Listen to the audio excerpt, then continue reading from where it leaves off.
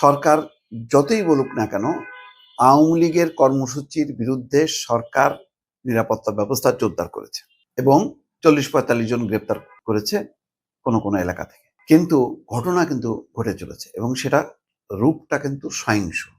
আমি বলেছিলাম যদি বেলুন কর্মসূচি হয় সেটা ভালো, আওয়ামী লীগের জন্য ভালো, মানুষের জন্য ভালো যে উদ্বেগ উৎকণ্ঠা নেই, মানুষ বরং এই কর্মসূচিগুলোকে সাপোর্ট করবে। কিন্তু আস্তে আস্তে দেখা যাচ্ছে সেই পুরনো আগুন সন্ত্রাস, যেখানে গাজীপুরে 3টা বাসে আগুন, এমনকি রমনা থানার সামনে পুলিশের গাড়িতে পর্যন্ত আগুন, উত্তরায় মাইক্রোবাসে।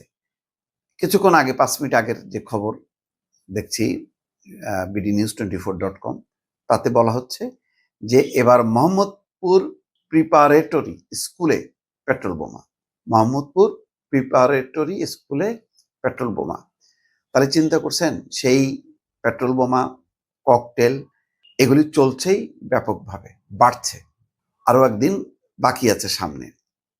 তো সরকার বলছে যে লকডাউন কর্মসূচি এটা ব্যর্থ হবে, এটা সরকার পাত্তা দিচ্ছে না এবং সারা দেশে রাজধানী এবং আশেপাশে নিরাপত্তা ব্যবস্থা জোরদার করা হয়েছে, পুলিশ, বিজিবি, র্যাব সবাই নিযুক্ত আছে।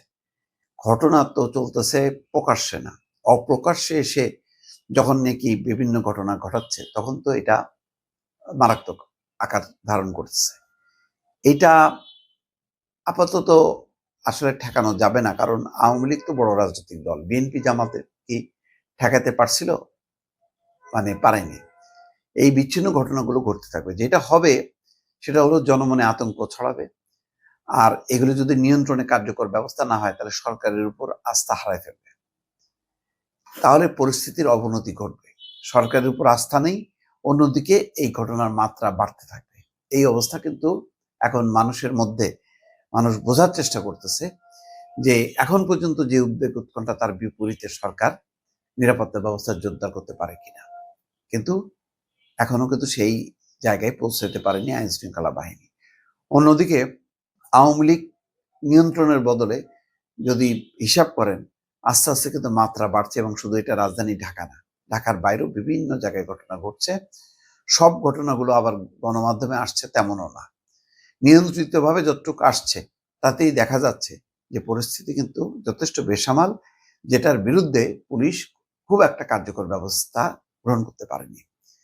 তাহলে এর পরিণতি কি সেটা নিয়েই এখন উদ্বেগ উৎকণ্ঠা তৈরি হয়েছে।